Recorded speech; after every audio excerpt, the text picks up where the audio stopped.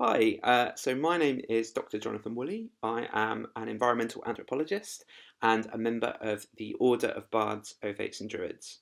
I've been a member of the order for about 11 years, and in that time I have also done a number of different academic research projects and pieces of ethnographic research on the nature of the relationship that Druids have with the landscape. But I've also taken interest in the relationships and the kind of structure of nature-based traditions in the UK as well, trying to understand how they're organised, how they work, and also how they differ and share similarities with sort of wider English society. And that has yielded, I think, a couple of quite valuable lessons for thinking about what the future might hold for these traditions and how they're potentially going to change over time. And also how we as a community can potentially lean into some of those changes and make those traditions more inclusive and more welcoming for people at different stages of their lives as a result. So I think probably the most important thing that has occurred in my own sort of course with this, my own journey with this, has been when I was doing a bit of field work um, in sort of, between 2015 and 2017 with my Druid order, working with groups of Druids who would gather for the seasonal festivals and would form a sort of temporary village, really, um, in order to celebrate the festivals within the Druidic calendar. And these groups were amazing because they would include quite a wide variety of different ages. They would include families, young adults, older people, real elders, and created a really fantastic sense of community, which was really, really precious, actually. Um, but what I found very interesting in that environment is that there were some tensions between different age groups that I found really quite interesting. Um, and over time, what I noticed is that the participation of younger people, and when I say younger, I mean people sort of under the age of 40, really started to drop off at these events and also other events in the wider pagan community as well. What I mean by other events is I mean things like the different conferences on pagan topics, attendance at gatherings like Witchfest, for example. The number of younger people seemed to kind of go through a bit of a dip. And the number of attendants actually reduced across the board, actually, with some events, to the point that there was a period a couple of years ago when a number of these events, this is before COVID, a number of these events had to be cancelled um, because of low attendance and because fewer people were going to them. Um, and people reported to me these are kind of, I guess, anecdotal reports that it was getting harder to organise moots and other sort of like gatherings up and down the country. So a moot is like an informal gathering of pagans. Um, uh, because people were essentially, not wanting to get involved. That people might want to come along, but they wouldn't want to become actively participate anymore. Um, and I found this very interesting. And as I say, I did notice that the average age of people going along to the events that were still being held was increasing. So it was going up from the sort of early 50s, late 40s to sort of mid to late 60s. So the average, it was like the same people were still going to these events, and new people weren't getting involved. Was what I seemed to observe. What I observed. And I found that really interesting. And some people at the time were speculating that the reason why this was happening was because paganism was going underground again, and that interest amongst the younger generations was just falling away, and it would naturally increase in the future. In much the same way as it has, looking back over history, there's been sort of peaks and troughs of interest in the occult and in magical practice and in nature spirituality. And so I was interested to kind of examine this and to see whether or not it made sense. And what I found was actually around about the same time as these observations were coming out, what I noticed was that there were large numbers of of people of my age and younger um, expressing real avid interest in magical practice, particularly witchcraft, online. So hashtags like witches of Instagram or spirituality, memes associated with astrology or sharing information about crystals, talking about the uses of herbs, the development of something called the witch aesthetic on social media was entirely, or almost entirely, driven by millennials, people of my age, and was extremely popular with huge numbers of particularly young women and queer people really, really tuning in and getting involved with this form of spiritual practice, and really hungry for precisely the sort of knowledge and lore and wisdom that organisations like OBOD, like my Druid Order, teach. And indeed, if you, having spoken to the the office, so the bit of OBOD that runs the correspondence course by which we train new members, they were saying people were absolutely still as interested in Druidry as ever. They were signing up for new courses, and even though we don't track the age of participants, what was interesting is that there was no evidence of a decline in membership. So what was interesting is that people were still really interested in in our form of spirituality, but they just weren't going along to certain kinds of group events. They weren't getting involved in the community side of it.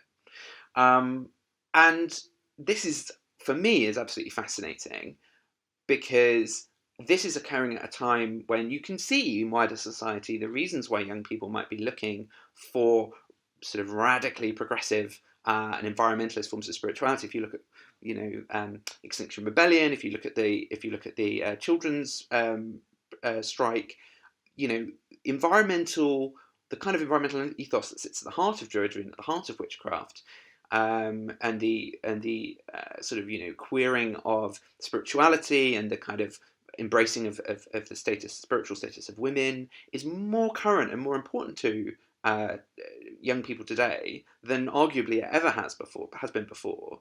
And so it makes sense that young people would be looking for forms of spirituality that are in keeping with those kind of values, as Druidry and witchcraft undoubtedly are.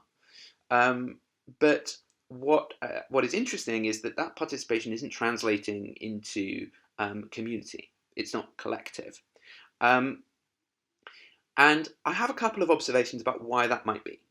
The first is, and the first is suggested by when you look at how the sort of British pagan community is actually organised, is that if you try and understand it as a social structure, what becomes really apparent is it's not organised like a monastic order, it's not organised like a church, really, or a network of temples. It's organised effectively as a genre of publishing, right?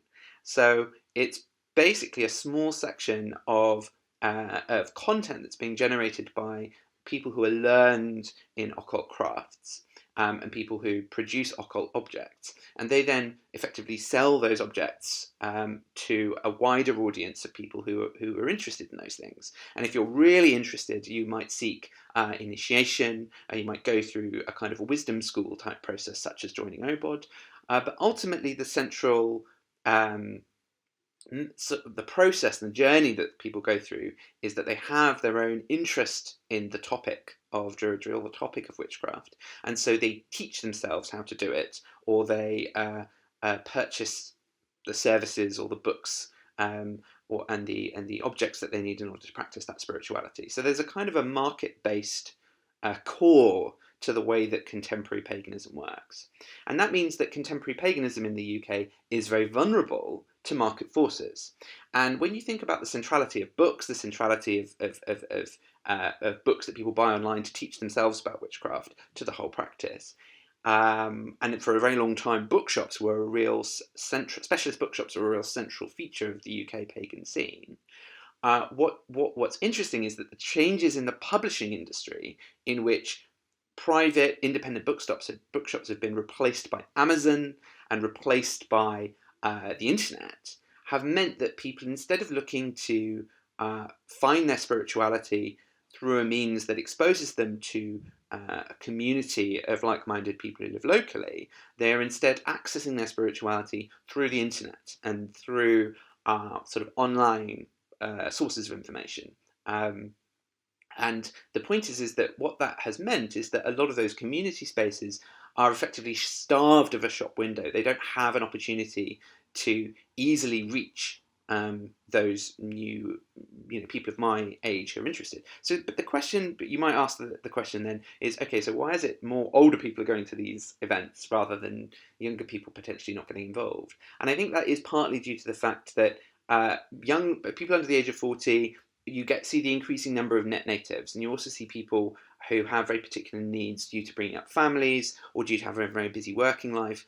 And what that means is that there are essentially very special steps that need to be taken in order to include people who are either busy or have children or are looking for material primarily online. And the point is that those sorts of facilities, that sort of material, is not being produced by most contemporary pagan groups. A lot of the in a sense, a lot of the marketing is done by word of mouth or via correspondence based letters, so like newsletters, like print newsletters, which is I've moved house something like 10 times in like the past 5 years, so my address has changed loads of times. I don't have any other written kind of like correspondence that I use for getting in touch with with things I'm interested in. So the fact that many organisations rely still on, like Pagan Federation relies on newsletters, my order relies on newsletters, the people of my age who just don't tend to use those sorts of avenues for communication anymore tend to be much less reached by marketing about what events are available and what groups are around. I suppose the other source of information, these organisations often do have a website, but these websites are often produced very much on a shoestring, and they're not produced professionally, so they can't really compete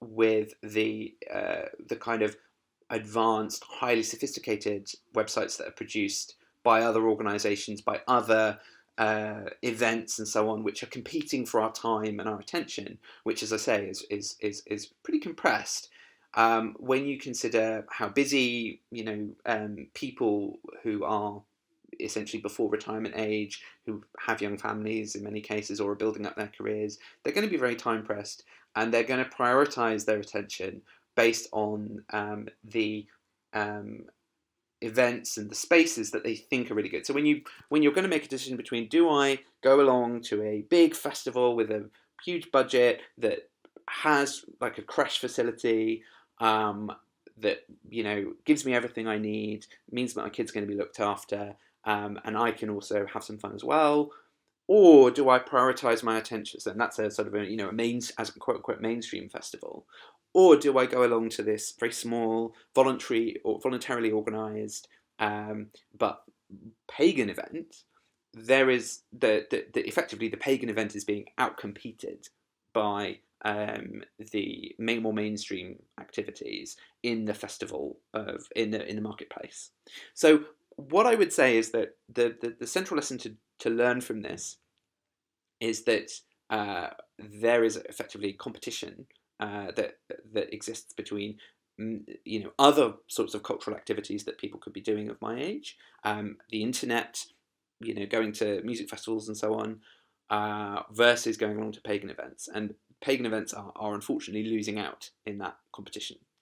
The second problem is also something that I've written about, which is that even if you push through all of that and you say, fine, I'll put up with media that doesn't suit my marketing, that doesn't really, relate to me, doesn't really fit me, my style of, engaging with literature, I'll push through that. I will, I'll push through that. I'll go along to these events. I'll invest time. I'll invest energy. What you find is there's often quite a lot of tension between younger members of pagan groups and older members of pagan groups. That is often where older members don't feel as though they're being adequately respected, and younger members also feel like they're being patronised. And when I sort of scratched the surface about some of these tensions, what really became apparent is that these really map on to a lot of tensions in white British culture between elders and young people. You see exactly the same pattern. And in conversations that I've had with people who work with indigenous communities and work with other ethnic groups and look at the interrelationships between different age groups, what they note is that although there is more respect shown to elders by younger people in those communities, the elders in those communities seem to internalize the idea they need to do more to actually earn that respect. Whereas in a lot of white British communities, it's sort of assumed that if you do the time, if you are that age, you are automatically more worthy of respect, and your views are automatically more worthy of respect. And you don't actually need to earn that respect. You can it's just an kind of automatic entitlement. I'm sure you get that attitude in all societies. I'm sure there are plenty of people like that in all places, but it does seem that that is more pronounced at least in my sort of estimation. It seems that that's more pronounced although there's certainly a feeling that that's more pronounced in white British context and thus within the British Druid community, where the majority of people who are involved are white British. By no means all, but certainly the majority. And so what that means is that you're creating a situation where there is a relationship to aging and a relationship to wisdom in wider British society that that assumes that you don't need to put any work in to actively attain wisdom. That wisdom is not something you have to cultivate. That you don't earn respect by building a sense of, by honouring your responsibilities to the young, by supporting them rather than by taking charge, by advising them rather than by demanding that they do things in a certain way because that's the way you do it. And certainly a lot of the younger Druids that I spoke to basically stopped getting involved in community spaces where Druidry was practiced because they felt that they were being dictated to. And a lot of the older Druids that I spoke to felt disrespected because the young weren't listening to them. So I kind of feel that there is a sort of that there's something amiss at the social contract between the ages in wider British society. And as I say, this isn't a criticism of Druidry per se. This is an observation that this is a site at which Druidry has become influenced by the wider overculture. And actually, when you look at Druidry itself, when you look at the practices that we do, and when you look at the examples that we draw on from our past, you can see a very different world, a world in which the social contract between the ages and the different generations is much more equitable. There's not this assumption that you will just automatically become wise if you are old. There is an assumption that actually the reason why the old are wise is simply because it takes a long time to become wise, and you've had more opportunities to cultivate. You've had more opportunities to cultivate that wisdom. So I guess my point would be this: if we wanted to try and create a better situation for younger Druids, I guess my prescription would be twofold. I think one would be for there to be either a willingness to meet and to essentially provide better services within the context of Druidic and pagan community events, so that the full range of needs at different stages in the life cycle are catered to. That is something that needs to happen. But unfortunately, that needs money, and I'm not sure where that money would necessarily come from. But the other prescription I would make is for us to spend more time reevaluating within the Druid community our own understanding about the relationship between age and wisdom, and to learn lessons from the relationship between the ages that exist in other societies. Certainly, one thing that I found incredibly rewarding and really inspiring about my interactions with British Hindus through the One Tree Gathering is seeing the level of respect and esteem which exists between the generations within Hinduism, and how actively, not only are do older generations actively take steps to encourage and foster and support the young, but that younger generations therefore reciprocate by showing greater respect for their elders. And I would love to see more of that that sense of equity in not just in Druidry and paganism, but in wider British society as well.